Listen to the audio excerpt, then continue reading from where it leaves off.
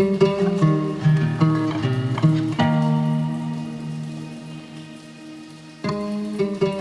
guys, what's up and welcome back to another episode of Koze Daily Brew. Today I figured we could talk about self-acceptance versus self-development.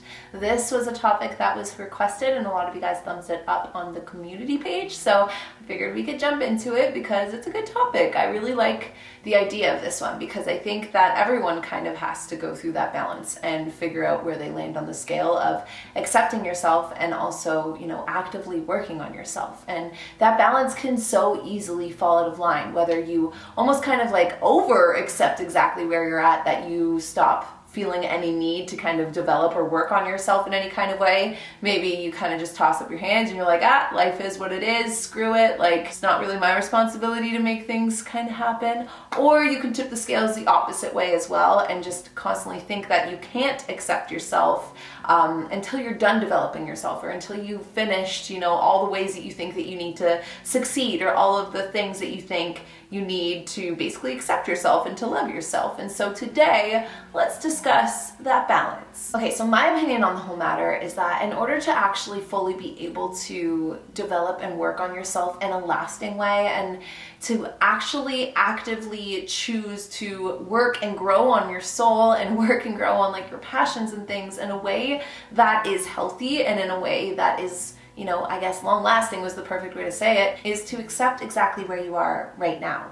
And I think that that's kind of where the ingredient has to begin. In order to keep the balance of accepting yourself and working on yourself, first, I think you have to start with the acceptance. It's better to be on that side of the scale of almost over accepting where you are rather than over trying to develop where you are or work on yourself. And the reason why I think that is because even if you are in the over acceptance phase, even sometimes that can be a bad thing if you just kind of over accept that your life just is the way it is and you don't like it.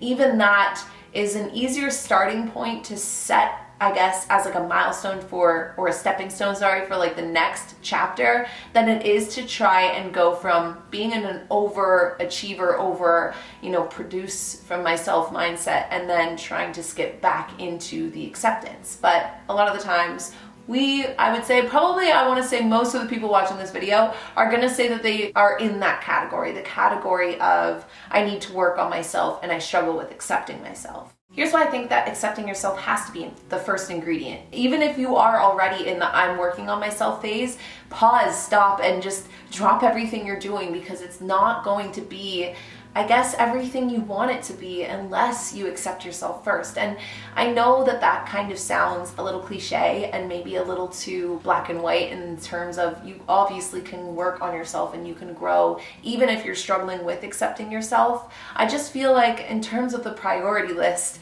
accepting yourself has to come first, and it always has to be higher, at least for me anyways, because the minute that I'm working on something, especially if it's in turn of, I feel like I need to do this, or I feel like I need to work on this, whether it's habits, whether it's goals, whatever, I think that it's a lot harder and a lot less enjoyable anytime I'm doing that if it's coming from a place of where I don't accept myself. And if it's not coming from a place of I'm happy, I'm content, and I'm fulfilled already where I'm at, and now I can see the other areas that I'd also love to fill in and work on, that is more fulfilling, long-lasting change that's actually going to come from a place of a healthy, abundant mindset and a grateful mindset. And the energy that you're going to sink to with that mindset is going to make all of the things that you're trying to work on and develop for yourself that much, I guess, not only progressively faster, but also more long-term. So how do we accept where we already are? I did a whole podcast just recently.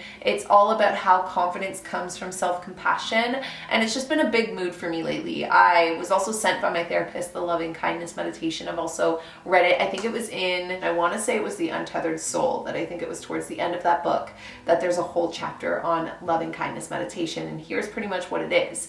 The loving kindness meditation, or having loving kindness for yourself, is basically the interaction that you have with yourself in terms of, or in reference to, how kind you are to yourself, and the way that you can actually create the kind of loving kindness energy that you need to actually nurse, heal, and accept yourself is to, I think, my easiest pathway anyways, is to kind of talk to myself the way I would talk to the younger version of myself, or I'll visualize the younger version of me, or, you know, I'll go back to that time in my life when I was a kid and I'll talk to myself as if I'm talking to her. Because when we're kids, you know, or when we're dealing with kids, we assume that just they don't know any better. And we're like, oh, like, you poor little thing, let me help you. Or if it's a pet, or if it's just the elderly make you feel that way, where you're just like, even if they mess up, you're not like judging them for it. You're not like, how dare you? You know, you're like, aw, can I help? Like, I can see why you made that mistake. Don't worry about it. Let's figure it out. And so having that kind of loving kindness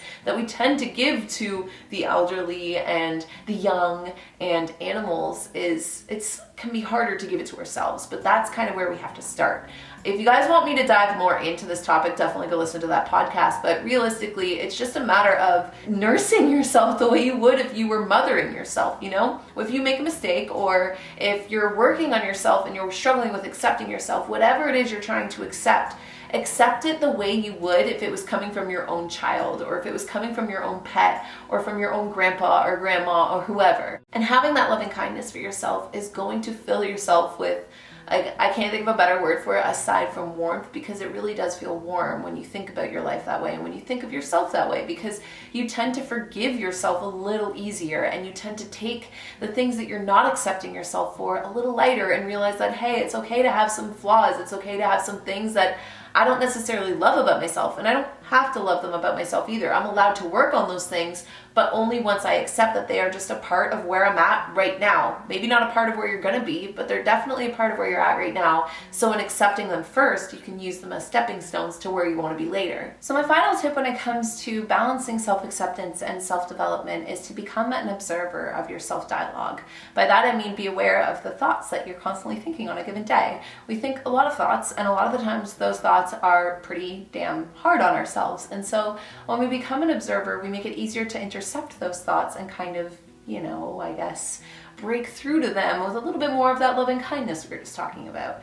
In the sense of, you are very demanding of yourself, or if you are going through a phase where you are developing maybe some new habits or working on some new goals, and you do fall short one day, or you do find it a little harder for whatever reason, because you're still dealing with the lack of self-acceptance, is to interject those thoughts immediately and replace them with something that I like to do that I'm grateful for, something that I see as a strength in myself, because I feel like it kind of counterbalances. So if I'm becoming very aware of something that I'm maybe not as gracefully accepting about myself, I try and highlight something else that is a big strength of mine, and it makes it a little easier to see, like, hey, accepting that this is a part of that, something that you're maybe struggling with, be it, I don't know, maybe today you're feeling a little lazier than usual. It doesn't mean that you're completely lazy, because there's also this thing over here that you're doing really well today. So it makes it just a little easier, I guess, to accept those little things that are maybe bothering us, or that are maybe getting in our way, or making us feel like we are inadequate or not enough. And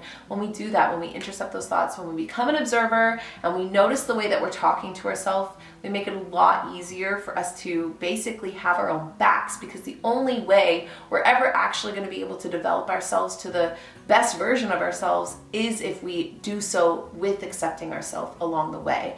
And that comes with the touch and go, of accepting yourself. That comes with, there are going to be times that it's not going to be easy to accept yourself, and in the process of learning how to accept yourself all over again, you learn something new, and that's just a part of life. But as long as you're progressively working towards accepting yourself, all while also working towards growing as an individual and being kind to yourself and knowing that you're doing the best you can along the way, then that balance will automatically it'll ebb and flow, but it'll usually stay pretty equal, and you know, you'll learn a lot about yourself along the way. So there you guys have it. That is my opinion on the topic, but be sure to let me know what you guys think about it down below. How do you balance self-acceptance versus self-development, and where are you at with it? And aside from that, I'll talk to all of you guys in tomorrow's video. Bye guys.